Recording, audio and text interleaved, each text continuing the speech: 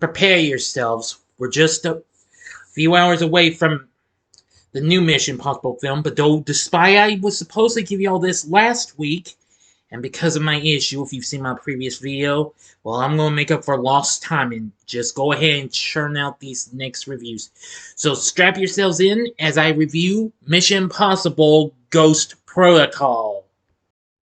Big D's Entertainment Rankings and Reviews.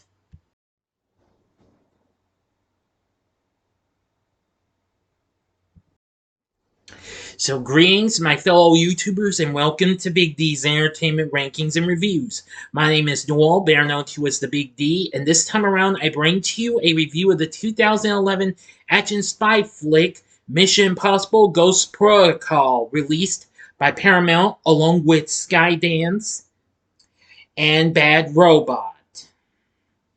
The film was directed by Brad Bird, who was best known for giving us the Iron Giant and The Incredibles in his live-action film debut. Produced by and starring Tom Cruise, once again playing Agent Ethan Hunt. Screenplay was written by Josh Applebaum and Andre Nemec, Christopher McQuarrie. This is the fourth installment of the Mission Impossible film series. It also stars Jeremy Renner, Simon Pegg, and Paula Patton. In this film, the IMF is shut down after being publicly implicated in a bombing of the Kremlin, causing Ethan Hunt and his team to go without resources or backup in a life-threatening effort to clear their names. Now then, I shall get started on this. Now, but first, if you haven't seen my reviews of the first three Mission Impossibles, I advise you to click on the card right there. Right there we go.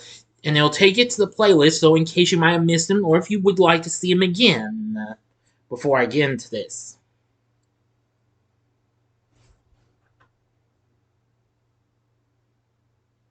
Just give me a few seconds. Now I'll do it. Okay, on with the story.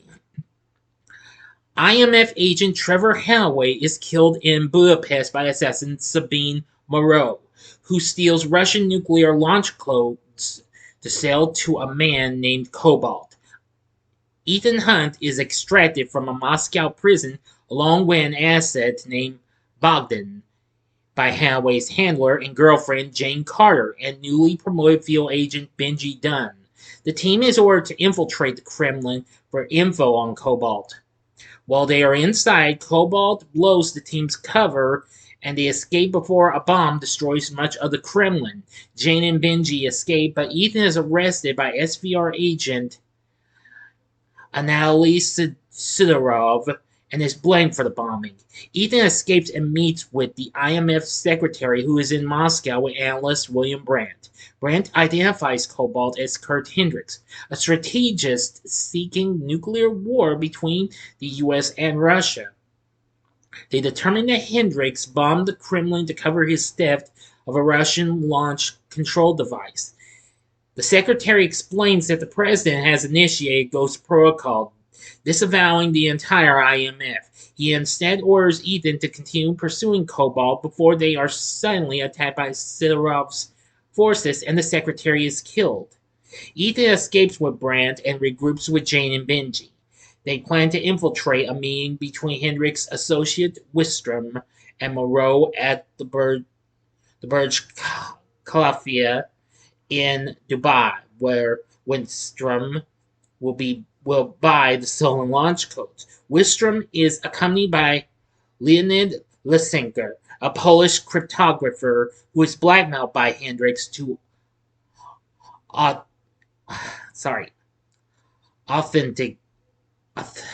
authenticate the codes. Excuse me. I'm sorry, some of these big words kind of get to me at times. Apologies. Where was I? Oh yes. The IMF team plans to intercept the codes by faking two meetings. Ethan and Brandt posing as Wistrom and Lysenko to receive the codes from the real Moreau, while one floor away Joan poses as Moreau, passing counterfeit ones to the real Wistrom and Lysenko. However, because of Lysenko's ability to identify fakes, they are forced to give the real codes, relying on radioactive isotopes on the paper to track Wistrom afterwards. Completing the buy, Wistrom murders Lysander while Moreau, having deducted that the buy is a setup, attempts to escape but inadvertently gets into a fight with Jane, who kicks her out a window to her death. Sidorov nearly apprehends Ethan, who he knocks down. Ethan pursues Wistrom, who escapes and reveals himself to be a masked Hendrix, while Jane and Benji confront Brandt over his unusual fighting skills in the hotel. Brandt admits to Jane and Benji that he resigned as a field agent after failing to protect Julia Mead, Ethan's wife, from a hit. Ethan is taken by Bogdan to the Fog, an arms dealer, and learns that Hendrix is buying an obsolete Soviet military satellite from Indian tycoon, a media tycoon, Bridge Nath. The Fog later gives the same information to Sidorov in return for clearing his rap sheet. In Mumbai, Jane seduces Nath into his bedroom chambers, then overpowers him to get the satellite's override code. The team then pursues Hendrix and Wistrom to one of Nath's broadcast stations to stop him from sending the codes via the satellite. Now for the ending. As always, you know the procedure. 5 seconds to sub this video. Go to the description box below. As I count down, if you've seen the movie already, please continue. Okay, you've been warned. Hendrix sends launch orders to a Russian nuclear submarine to fire a missile at San Francisco. While Wistrom sabotages the station system to prevent IMF interference, Benji, Brandt, and Jane attempt to repair the station while Ethan pursues Hendrix. Cornered by Ethan, Hendrix jumps to his death in order to place the launch device out of reach. After Benji kills Wistrom, Jane reconnects the system, and Ethan successfully retrieves the launch device to disable the missile moments before detonation. Sidorov and his men arrive, only to realize that Ethan was giving him clues to track them, and that the IMF was innocent of the Kremlin bombing, and offers Ethan a ride to the hospital. In Seattle, Ethan assembles his team for another mission given by Luther Stickle. Yes, he does appear, but just briefly, and Ving Rhames is playing him again, but he's uncredited, though. Anyway, back to the ending. Brandt confesses to Ethan his failure to protect Julia, but Ethan reveals that she is alive and her death was staged to give her a new identity safely away from him and to let him infiltrate the prison to find Bogdan. A relieved Brandt accepts his mission and agrees to become an agent again. Julia arrives at the harbor and spots Ethan watching her from a distance as they share a warm smile. As he leaves, Ethan receives a debrief about a breach in the IMF's military communications network by an emerging terrorist network known as the Syndicate, disappearing into the fog as he listens to it. End of story. So what did I think of Mission Impossible Ghost Protocol? I gotta say, this was awesome. I really loved it. I loved it a little bit more than the last one, but hey, you don't have to take my word for it. I think that even though the last one did have a little bit better pacing over the last film, which I kind of didn't think about, but I do say this one was even more better. But you don't have to take my word for it. Anyway, the film did much better than the last film. It redeemed the franchise itself by going on to make $694 million worldwide. It is now the second highest grossing film worldwide for the franchise and fifth highest grossing film of 2011. It's also the third highest grossing film worldwide starring Cruise, surpassing War of the Worlds from the top spot, and the franchise's highest grossing film and Cruise's biggest film at the time before being surpassed by the sixth film, Fallout. Now, the film was released on December 16, 2011, which that was over 5 years after, well, actually almost 5.5 years after the previous film's release. Anyway, the film got even better response and what have you, with it being certified fresh on Rotten Tomatoes with a 93% thing on their meter. They say It's stylish, fast-paced, and loaded with gripping set pieces. The fourth Mission Impossible is big-budget popcorn entertainment that really works. I definitely do agree. This was fun. The Chicago Sun-Times says it's a terrific thriller with action sequences that function as a kind of action poetry. Excuse me. The Star Ledger says the eye candy from high-tech gadgets to gorgeous people has only been ratcheted up, and so has the excitement.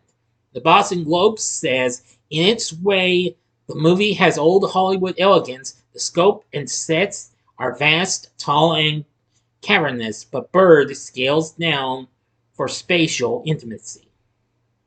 True, but I really did like how the direction went.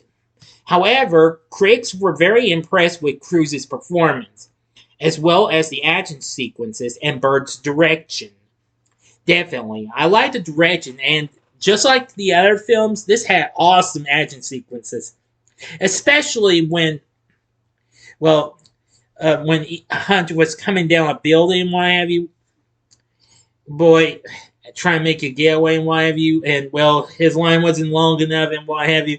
Boy, that was probably the most coolest stunt I've seen ever. Well, I had ever seen in a Mission Impossible film, and I'd say that beats out any of the stunts I saw even in number 2.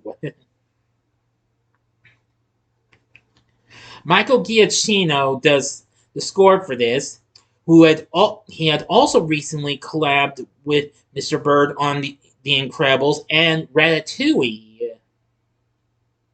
As in previous installments, the score incorporates Layla Schifrin's themes from the original television series, which of course includes the ever-popular theme song. And I really like that. Giacchino once again does a great job on the score for the film. Now as for our cast, Tom Cruise once again great as Ethan Hunt, and William Brandt is played by Jeremy Renner. This is before he would even become a big name in the MCU. After he had recently had a little bit of a slight cameo in Thor, which came out the same year. Of course, he'd go on to play Clint Barton, aka Hawkeye. But he was pretty good, though. Simon Pegg returns from the last film after recently appearing in J.J. Abrams' Star Trek film a couple of years before this, playing Benji Dunn, who is on more than what he was in the last film. Paula Patton plays Jane Carter, who is very good. Michael Nyqvist plays Hendrix, aka Cobalt, pretty good. Vladimir Mashkov played Sidorov, pretty good. Leah Seydoux played Moreau. Josh Holloway played Hanaway, and Anil Kapoor played Nath. And Samuel Elman played Wistrom. And there's lots of others. And as I said already, Ving Rhames has an uncredited cameo as Luther in the end, and same with Michelle Monaghan played Julia Mead Hunt. Anyway, the film managed to put a big kick back in the Mission Impossible franchise. Anyway, after this, there would be another one in Rogue Nation, which would be released almost about 4 years later in 2015, which I will be reviewing next. But from what I've seen of Mission Impossible Ghost Protocol, it was awesome. I love the action sequences. Tom Cruise in the cast was good. Brad Bird's direction was good. And Michael Giacchino's score was good. Everything was good in this film. So overall, would I recommend Mission Impossible Ghost Protocol? The answer is hell yeah, definitely. This was such an awesome film. I really did enjoy it for what it had to offer. So, what did you think of Mission Impossible Ghost Protocol? Let me know in the comments section below. If you like this video, click the like button, subscribe, and be a part of the Big D Nation. Join me next time when I bring to you my review of Mission Impossible Rogue Nation. So I do hope you enjoyed this, and if you do, you may want to check out these other films. In the upper left-hand corner is my review of Tom Cruise's recent hit, Top Gun Maverick, from last year in 2022. Or, well, despite he had only an uncredited cameo, but you can see another film that had Ving Rhames in. This was after he did Mission Impossible 1, and that would be Entrapment with Catherine Zeta-Jones and the late great Sean Connery. Or, if you would like another big spy film, you can go to the bottom left-hand corner and see my review for Daniel Craig's first outing as James Bond in Casino Royale from 2006. And the bottom right-hand corner is the button you can click to subscribe. If you like rankings and reviews on movies, TV, music, video games, etc., then I'm your guy. Thanks for watching. Until next time, I'm the Big D saying see ya.